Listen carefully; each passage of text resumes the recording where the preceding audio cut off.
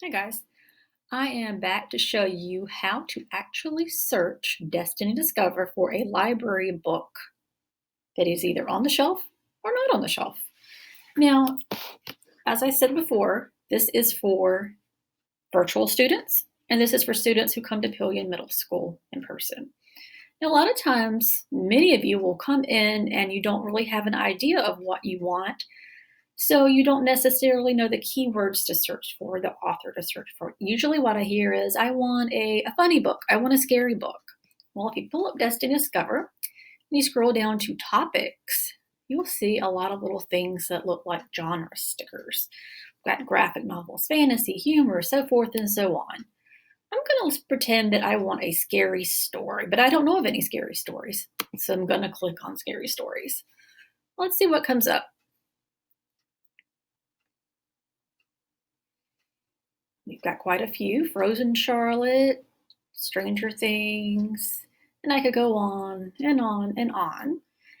Now, I may say, well, I can't really judge a book by a cover. What's Frozen Charlotte about?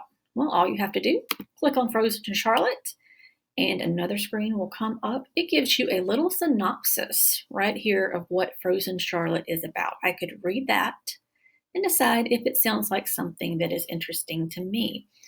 Now, it also gives me other recommendations over here on the side. If I like that, I may also like The Girl in the Locked Room. Now, there's another way to search as well. You may find this useful if you know the book that you're looking for. For example, you want to find out if we have any Diary of a Wimpy Kid books. So you would just type in Diary of a Wimpy Kid. And let's see what comes up. And we have lots of things here. Now this right here looks a little different. It is a playaway. A playaway is a portable MP3 player that actually has the story on it. It's something physical that you check out from the library. A lot of these do have the books that come with them, but some of them don't. Now right here is a Diary of a Wimpy Kid book, and so forth and so on. And I could scroll and scroll and scroll.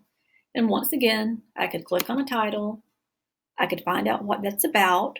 That one tells me what this one's about, and so forth and so on. So that is a very basic way that you search for books. Now in the next video, I'm going to tell you how to come and pick up your books from the library. And this will be particularly useful for some of our at-home learners.